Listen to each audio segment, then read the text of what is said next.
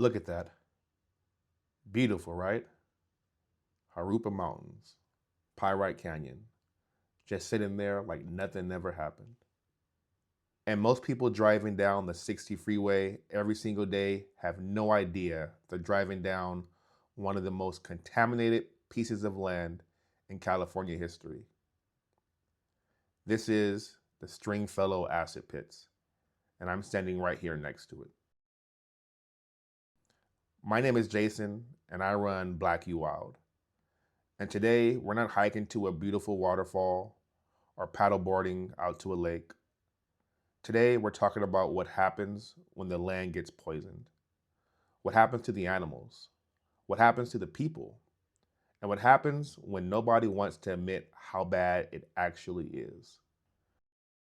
The Stringfellow Acid Pits sits right here at the base of the Harupa Mountains in Pyrite Canyon, just north of Glen Avon. If you never heard of it, that's kind of my point.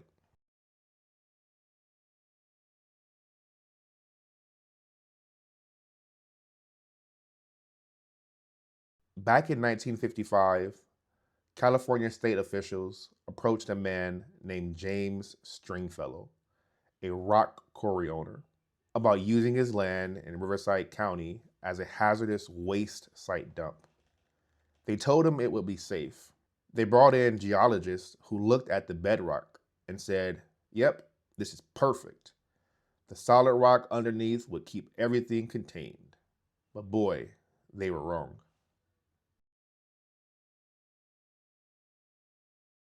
Starting in 1956, Stringfellow became a liquid hazardous waste disposal site. It ran for 16 years until 1972. During that time, over 34 million gallons of industrial waste were dumped into a series of pan-shaped reservoirs dug directly into the canyon floor. No special precautions, no real containment, and as one person put it at the time, they got rid of it the way cavemen did. They dug a big hole and dumped it straight in. 34 million gallons. Let me put that into perspective. Lake Mead, which is one of California's largest lakes, holds approximately 24 million gallons of water. The waste came from chemical manufacturers, metal planting, automotive operations, and some of the biggest industrial names in the country. The materials dumped here included highly acidic substances, industrial solvents, and chemicals that seeped straight into the groundwater beneath the site. The contaminants found at Stringfellow include VOCs, volatile organic compounds, heavy metals, pesticides, PCBs, and sulfates. That's not one or two bad chemicals. That's a full cocktail of poison sitting directly underneath, right here in the IE. By 1972, it was clear the pits were leaking into the local groundwater. The Regional Water Quality Board shut the site down. But shutting it down was not the same thing as cleaning it up. Between 1969 and 1980, poor weather and poor management led to several spills, and in some cases, intentional releases of toxic chemicals directly into Pyrite Creek.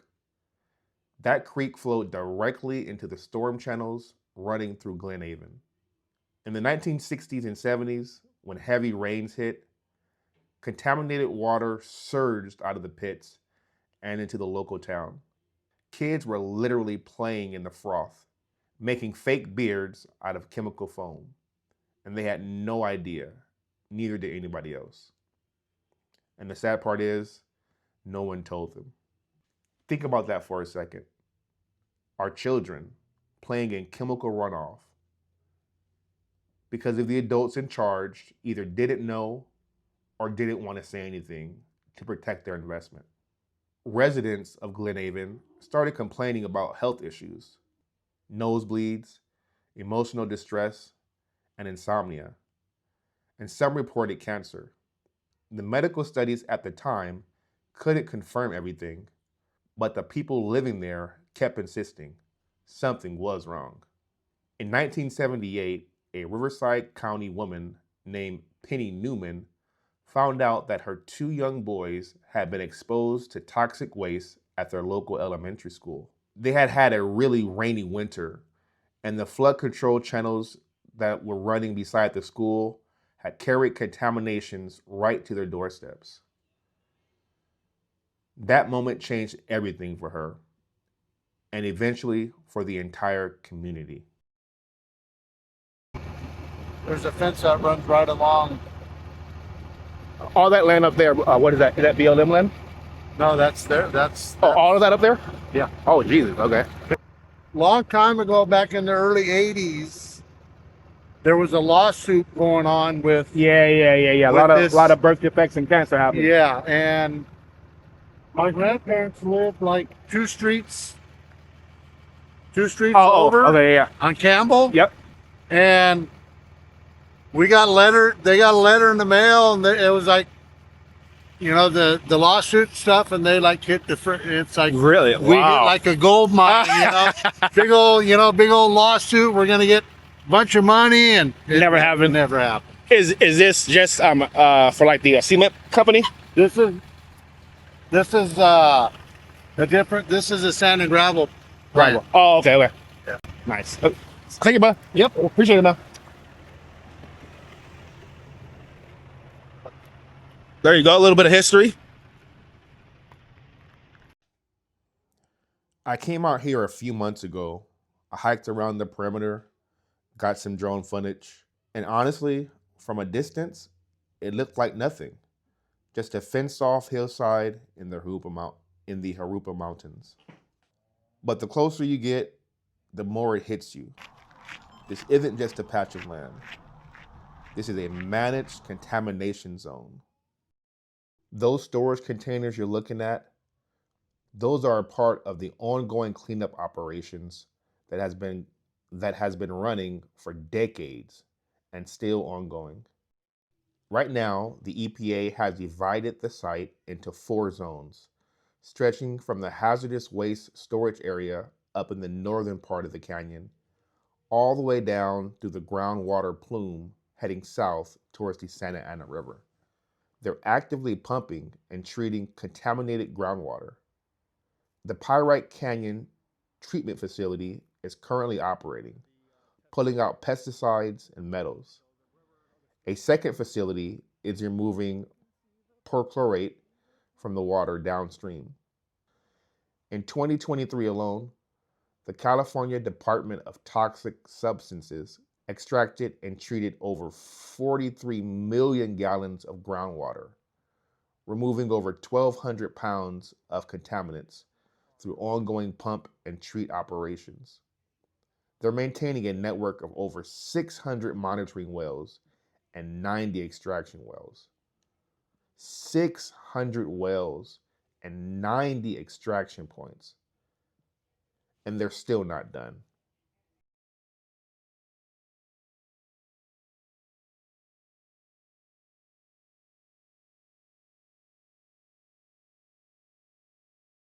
Now, what does all this do to the land all around it, to the animals living here?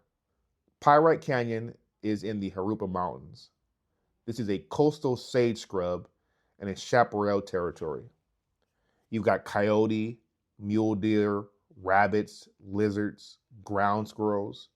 We can see red-tailed hawks hunting overhead, migratory birds moving through the Santa Ana River corridor just south of here. When heavy metals like mercury, cadmium, and aluminum contaminate a watershed, they work their way throughout the food chain. They concentrate in the prey species that the birds and mammals depend on. The result is reduced survival rates in adults and lower reproduction, growth, and survival in their young. As recent as August 2025, the Harupa Planning Commission voted against a proposed housing development tied to the Stringfellow area, citing ongoing environmental concerns. So people are still trying to build on or near this site, and the community is still pushing back. And here's the part that's hard to sit with. According to researchers who have studied this site, the contamination at Stringfellow will linger for hundreds of years. You heard that right, hundreds of years. We're not talking about something that will be cleaned up in decades. We're talking about a problem that will outlive everyone watching this video. One of the major factors that led to this crisis in the first place was a breakdown in communication between the community and the people making all the decisions. From the very beginning, local residents were pushing for answers, and they were pushing for action, and they weren't getting either. Here's what I keep coming back to. I grew up in Southern California. I've hiked these mountains. I fished these watersheds. I've paddleboarded in these waters that drain directly into the Santa Ana River. This is my backyard. This is your backyard if you live out here in the IE. And when I stood at that fence and looked at those containers and those treatment tanks, I wasn't angry.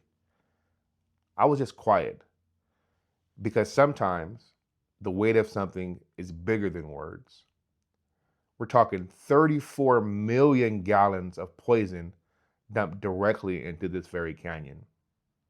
Because someone said that these rocks could hold it. And maybe they were being honest, but maybe they weren't. The wound is real, and it's still not healed. If you're from the IE, share this video. People need to know what happened here and what's still happening here. People need to know this is here. And if you got your own story about Stringfellow, drop it in the comments below because I want to hear it. My name is Jason, and this is Black U Wild, and this is our backyard.